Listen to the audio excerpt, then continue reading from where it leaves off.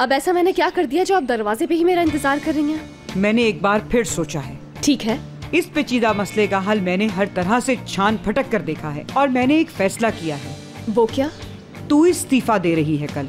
सुबह तो बताया था इस्तीफा नहीं दूंगी। वापस घर जा रहे हैं हम हयात। मैं कहीं नहीं जा रही हूँ अम्मी। फिर तेरे बाबा को फोन कर रही हूँ मैं। करे और मेरा भी सलाम कहिएगा। फोन मिला बाप को बता सब। फिक्र ना करें, बता दूंगी मैं। अरे लड़की, तेरा मसला क्या है आखिर? क्या मसला है तेरा?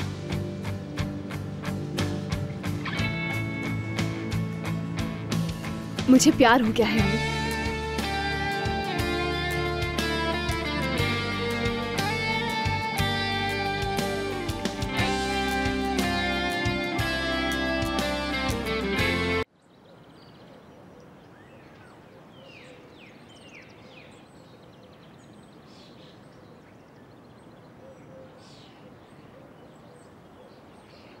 कहाँ मिली उससे पहली बार?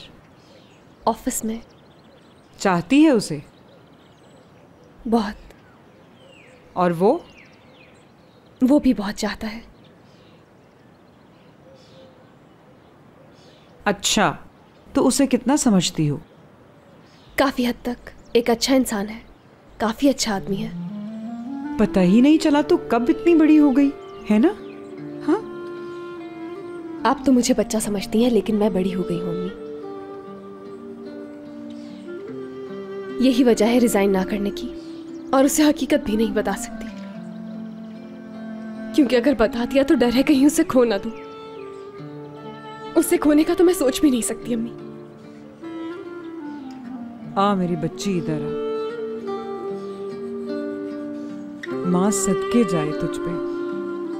तू हमेशा गड़बड़ करके आ जाती है। बस ये मोहब्बत का रोग ना पालती। तूने मेरी दुखती रग पे हाथ रख दिया। समझ नहीं आ रहा तुझे क्या कहूं, क्या समझाऊं।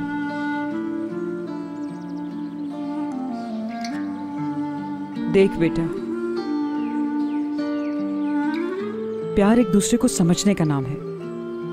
वो भी तुम्हें समझता तो होगा, और उसे किसी दिन सच पता चल गया तब भी वो तुझे चाहता रहेगा। सच्ची मोहब्बत यही तो होती है बेटा।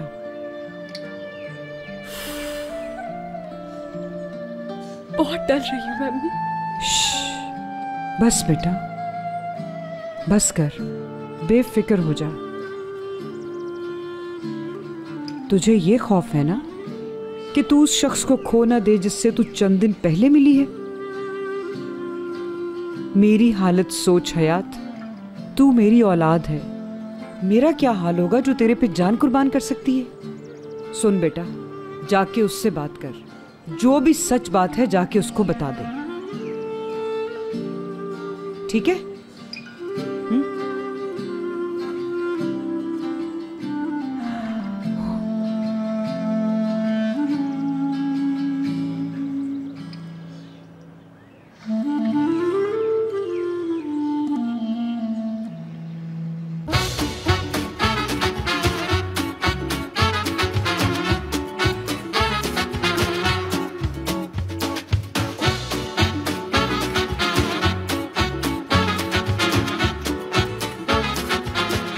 Aşk laftan anlamaz.